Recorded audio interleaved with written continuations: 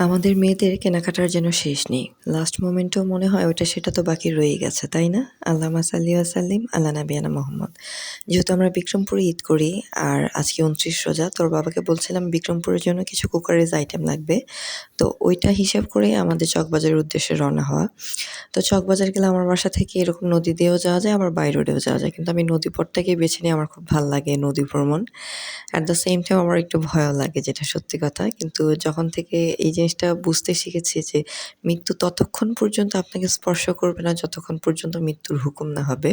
তো এটাই বুঝার পর থেকে এখন একটু ভয়টা কম লাগে। তো যেহেতু আমরা বিকালবেলা রওনা দিয়েছি আর ইফতারের সময়, তো এখানে পুরান ঢাকা আ নিরিবিলি একটা ১৫-১৬ বছরের বাচ্চা ছেলে তার বাসা থেকে ইফতার বানিয়ে দেয়, সে এখানে সেল করে। তো যেহেতু লাস্ট মোমেন্ট, ওর বাবা বলছিল যে, "তোমার যা ইফতার আছে আমি কিনে নিলাম। তুমি, আমরা সবাই আসো একসাথে ইফতার করি।" তো পাশে একটা মসজিদ ছিল। তো একজন মুরুব্বি দেখে দৌড়ে এসে কিছু ফল দিয়ে গেল যে, "এটা আপনারা ইফতারিতে খান।" তো পুরান ঢাকায় ইফতার করতে, করতে আমার যে জিনিসটা সবচাইতে বেশি ভাল লাগছে, এখানে সবাই মুড়ি মাখিয়ে একজন আরেকজনকে দিচ্ছে।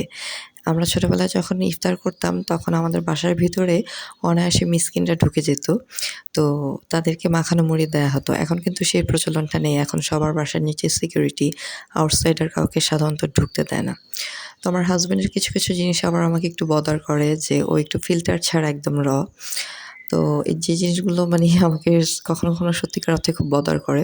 তো এট দ্য সেম টাইম তখন রাসূল সাল্লাল্লাহু আলাইহি ওয়াসাল্লামের একটা কল মনে পড়ে যায়। তোমার জীবনসঙ্গীর কোনো একটা সাইড যদি তোমার ভালো নাও লাগে, আরো অনেক সাইড আছে যেটা দেখে তুমি তার সাথে থাকতে পারো, সংসার করতে পারো।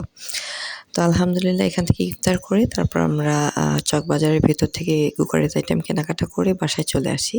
তো আমার ইচ্ছা আছে আল্লাহ পাক যদি চায় এগুলো আমি আপনাদের সাথে শেয়ার করব। হয়তোবা অনেকের কাজে লাগবে। আসসালামু আলাইকুম।